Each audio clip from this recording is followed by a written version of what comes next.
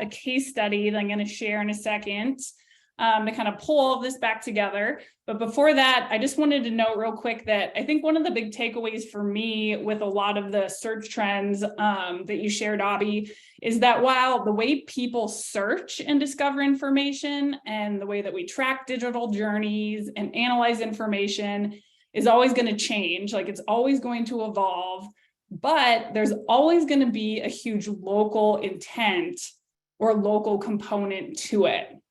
Because for me as a consumer, when I'm looking for information, I'm looking for a mattress nearby, or I'm looking for window washing in Denver. Like there's always, I'm looking for something in my backyard. So as brand marketers, we need to ensure that the entire customer journey is hyper local and hyper relevant with that rich content and personalization to meet those local search needs, however someone's looking for information.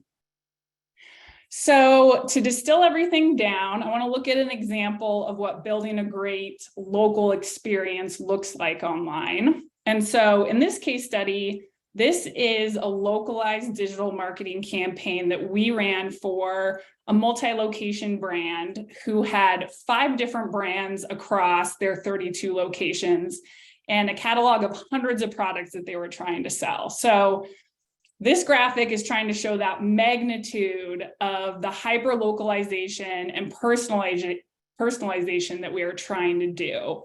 And it's inclusive of search and Performance Max, but takes into other channels as well to be a fully integrated campaign.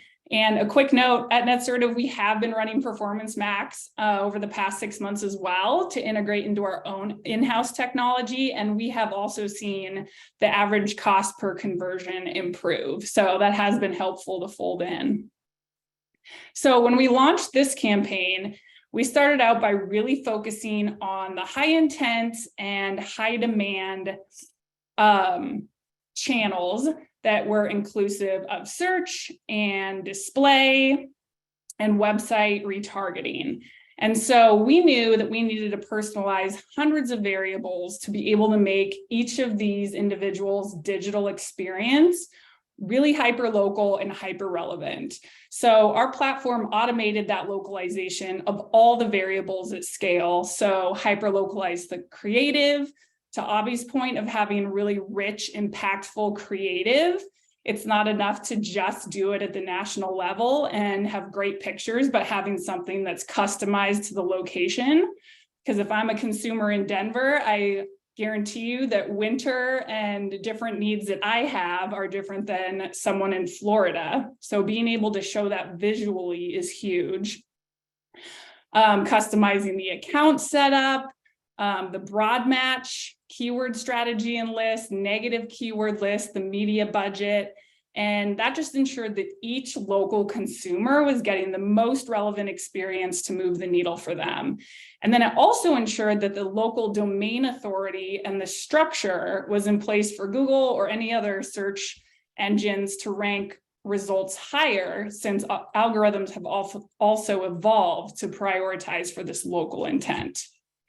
And so within a few months, we started to see some really strong return on ad spend. So we expanded and layered in some additional channels, including YouTube, as Abby was talking about, and social, with, again, that same hyper-localized approach. And even the YouTube campaigns used a corporate video, but with a localized overlay to show the closest location's address and phone number and URL, so that it had that brand compliant video, but still with a local call to action. And then most recently, as I mentioned, we folded in Performance Max as well, which extended our reach into even more placements. So as you can see here, the idea is just that everything is built around ensuring that that exact right digital experience is served to that person's unique local search and specific intent. And here's a quick snapshot of what I mean by that level of hyper localization. So for this brand, we executed a centralized campaign where we then dynamically created 117 localized campaigns across those 32 locations with 344 different ad groups, over 4,000 headlines and descriptions, 815 different localized ad creatives, like I was just talking about, and 500 monthly ad changes and thousands of campaign optimizations. So that's really what's needed to win at the local level online. And again, it's that automation. I think that Jason and Abhi's also been touching on the future is that it's not humanly possible. You need automation and technology to be able to make this level of sophistication happen. And so for this brand, we've driven some incredible results, helped them beat their cost per store visit goal. They're seeing an awesome return on ad spend. And we've also helped drive some online sales as well.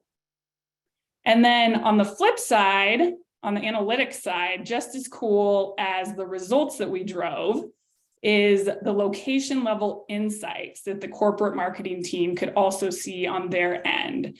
And so what you're looking at is our customer portal that pulls in all of your campaign data. So for this customer, it's pulling in and normalizing data across Google, across Meta, Microsoft. So pulling in everything that we talked about from Google Analytics 4 or Universal Analytics into one snapshot. And this is just one of the views that we have that plots each location's return on ad spend on a quad chart. And so the x-axis is ROAS and y is the ad spend. And that allows both our teams to be able to see those high and low performing locations.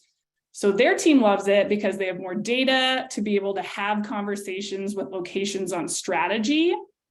They're also able to see that there's a high correlation between higher ad spend and better return on investment, which then does eventually peter out. So you're able to see where that point of diminishing returns is and identify when investment is no longer worth it. And then you can also roll over each location and check out the media mix of those high performers. So you can see what's working and apply it to others as well. So what's awesome about this view is anyone can take advantage of it because it's based on average lead to close percentages and average sale value that you just input as your own assumptions that you can see here on the left.